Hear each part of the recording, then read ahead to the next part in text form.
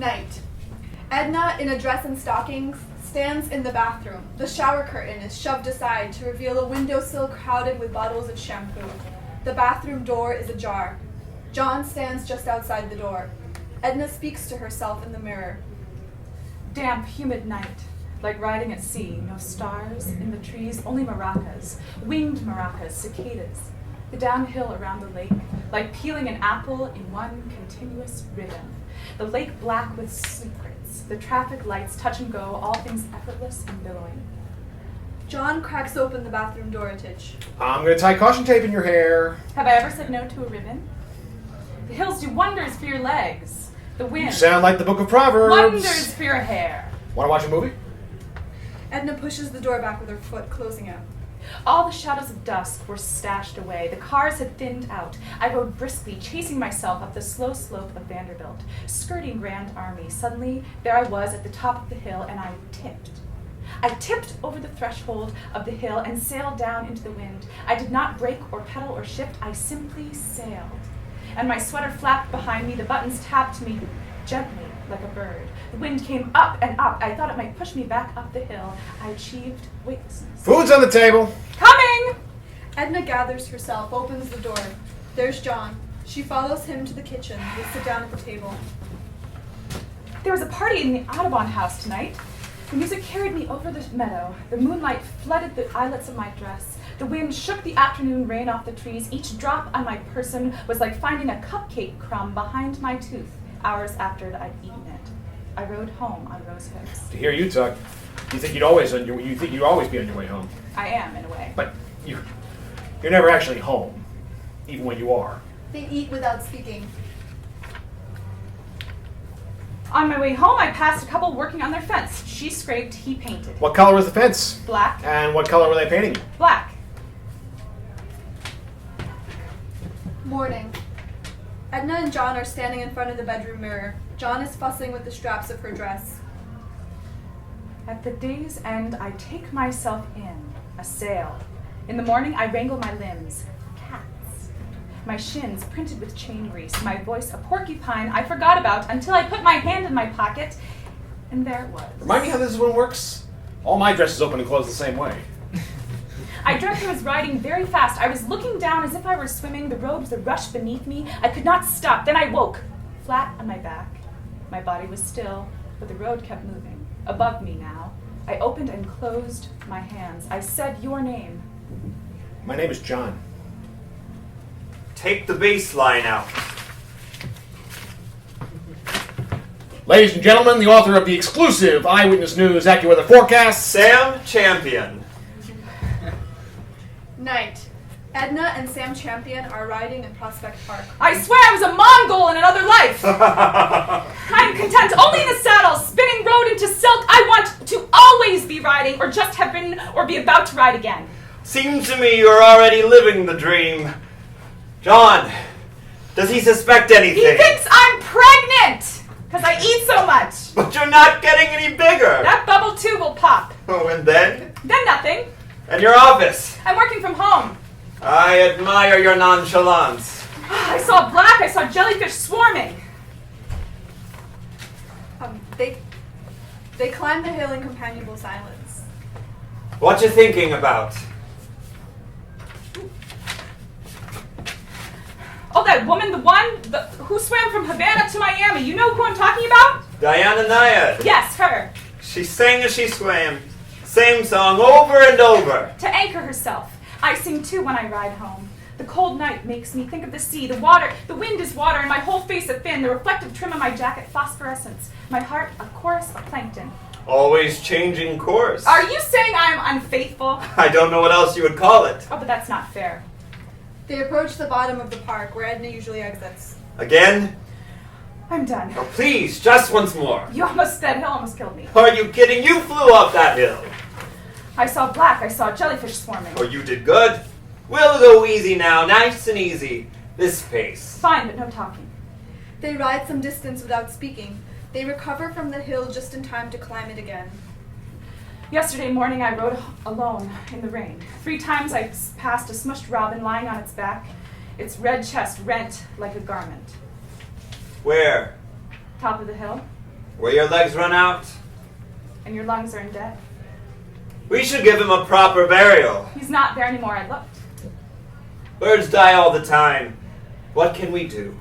We can be wide receivers. Oh, now you're talking. Do you know what I mean? You just open up your shoulders a little in that rich floodplain right there. I don't follow you. But it sounds beautiful, yes? It does. When we go this fast, my heart is a French window that flings open and open and open. In the morning, I'm like a library book drop slot that was left ajar overnight.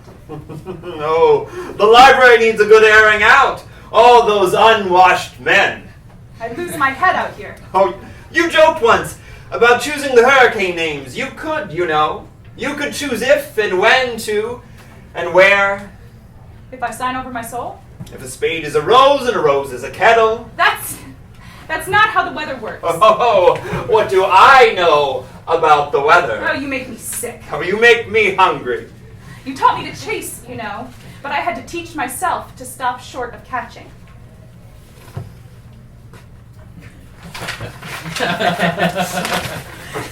Night. John is dozing in front of the television during the 11 o'clock news on Channel 7. Edna's sitting next to him, scribbling in a notebook. Coming up next, who is the Loch Ness Rider? An Eyewitness News exclusive. Edna is paralyzed. She looks over at John, but he appears to be asleep. She doesn't dare turn off the television, lest the sudden absence of sound wake him. She lowers the volume a little. She has to pee. Commercials. The news returns. Edna listens petrified. Eyewitnesses tell us they've seen a mystery rider, quote, glowing. The rider has been seen throughout Brooklyn, including in Prospect Park. In photographs, all you see is a bright smudge, a burst of light. He's very fast. You don't know what hit you. I mean, he didn't hit me. He was respectful in the bike lane and all, but it was unreal. They never tell you about the radiation until it's too late. We're just worried about the kids. An alien? I don't know. I'm not at liberty to comment further at this time. But there's strange things in the files downtown. The rider has never been seen off the bike. Police are asking anyone with information to call the hotline, 1-800-GLOBIKE. That's 1-800-GLOBIKE. And now, Sam will take us through the 5-day. Thank you, Roz. Indeed, we got our eye on Bermuda tonight. These clouds are organizing. This time tomorrow we may be talking about Hurricane Earl, up a notch from tropical storm. Low pressure from front all over the northeast corridor. Some light rainfall during the evening commute tomorrow. I say the mystery rider should keep her, his, fenders and poncho about him. Thank you, Sam. So you think the mystery rider is a lady, huh? Oh my, I hope so. Is there something you want to tell us? You ride a lot. Have you seen her out there? Roz, I haven't seen her yet, but I will keep my eyes open. I've got the hotline and Sharpie on my arm. Well, that's it for tonight, folks. Thanks for joining us and have a good night. See you tomorrow right here on Channel 7 Eyewitness News. The anchor and Sam Champion are backstage at Eyewitness News. I just think we're looking too hard for her. Is she beautiful? I told you I don't know You're her. not a very good liar. Who is she? I can't tell you. I can't compromise her safety. You mean your fame? Well, if we crack this story wide open. Why is this even a story? Why is Hurricane Earl a story? She's committing no crime. Then what is she doing? I don't know. Helping people. Helping might be a story. Helping how? You are so stubborn. Beautiful, but stubborn. Who is she to you?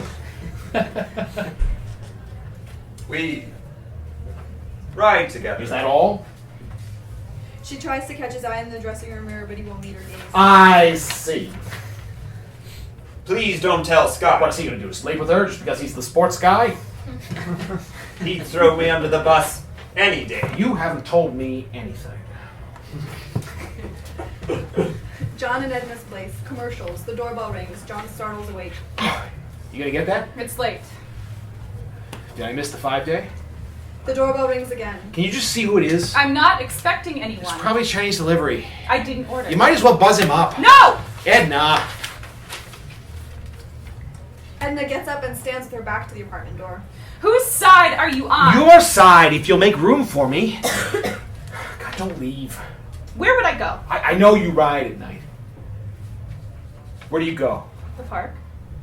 With the weatherman? Yes. I don't want you riding with him. You always cry wolf! I ran into him at the deli. He was wearing a suit. The suit bothers The you? suit, the smile, the optimism. He has to make rain sound attractive. He has to convince millions of women in the tri-state area that they can go on. And the men? He said I could choose the weather. In return for what? Nothing. Because he likes you. Well, out of kindness, I suppose. Because he likes you. And we all know where liking will lead or has already led. There is nothing between us! Precisely! You don't have to say anything else. I have to get out of here. I need it. Speed for the sake of speed.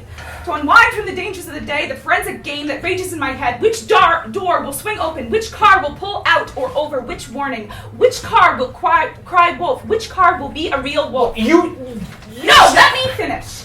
Each click of a car door opening is like a gun in my head. Edna goes to a kitchen drawer and takes out a pair of scissors. John, you need a haircut. She begins to cut John's hair. John, remember you said once, so much depends on all those car doors staying closed? Yeah. And I called you Keats? Yeah. On the train with the crazy popping bubbles guy. John, I keep them closed. What? I know it sounds crazy. What are you talking about? I keep the car doors closed. That's like saying you can see dead people. No, it's better. I can keep them from getting dead. How do you know? I did it. And then I did it again and again. Thank you. Woo!